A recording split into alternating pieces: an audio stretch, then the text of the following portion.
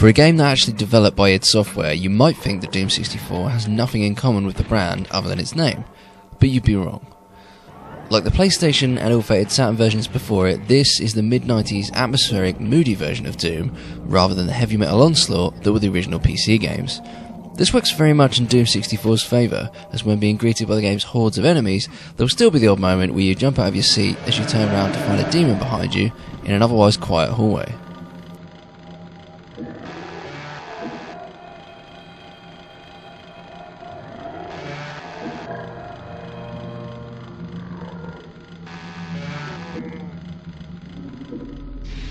The game built a tremendous atmosphere through its twisted and rhyming soundtrack, as well as the classic Doom-style sound effects that you have come to expect.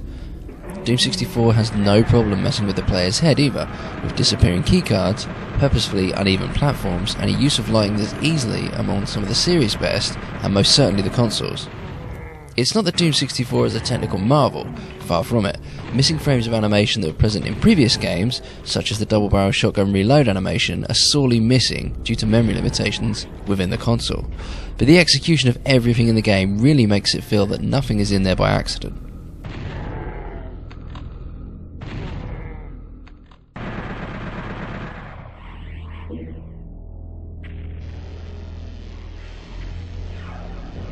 With the exceptions of the Archviles, Spider Masterminds and Revenants, who are sadly missing due to hardware restraints and the high price of large memory cartridges, everything that should be in a Doom game is present here. Like many N64 games of its time, it features fuzzy and blurred texture work all round, but the anticipation of what's around the next corner means that most of the time you're not going to be concerned with the hardware's forcedly stunted aesthetics and more interested in soaking in the atmosphere it creates.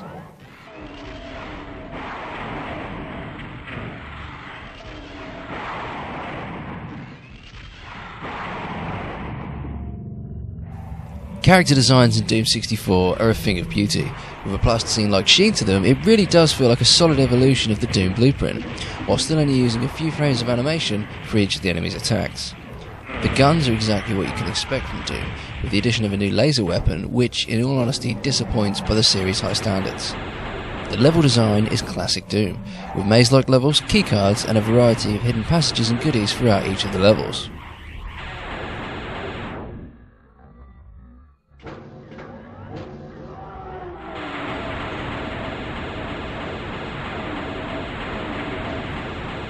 Just as with the Doom games of old, you'll find yourself on occasion completely lost and backtracking through the levels to try and figure out what you have missed. The game's map system and security cameras scattered around the levels go some way towards relieving this tedium by helping you on your way.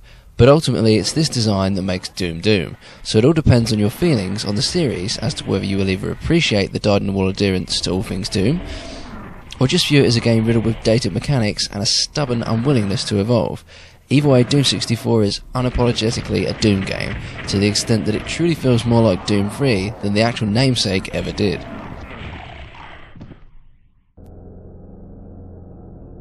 There are even some rudimentary platforming sections which, due to the game's perspective, aggravate more often than not.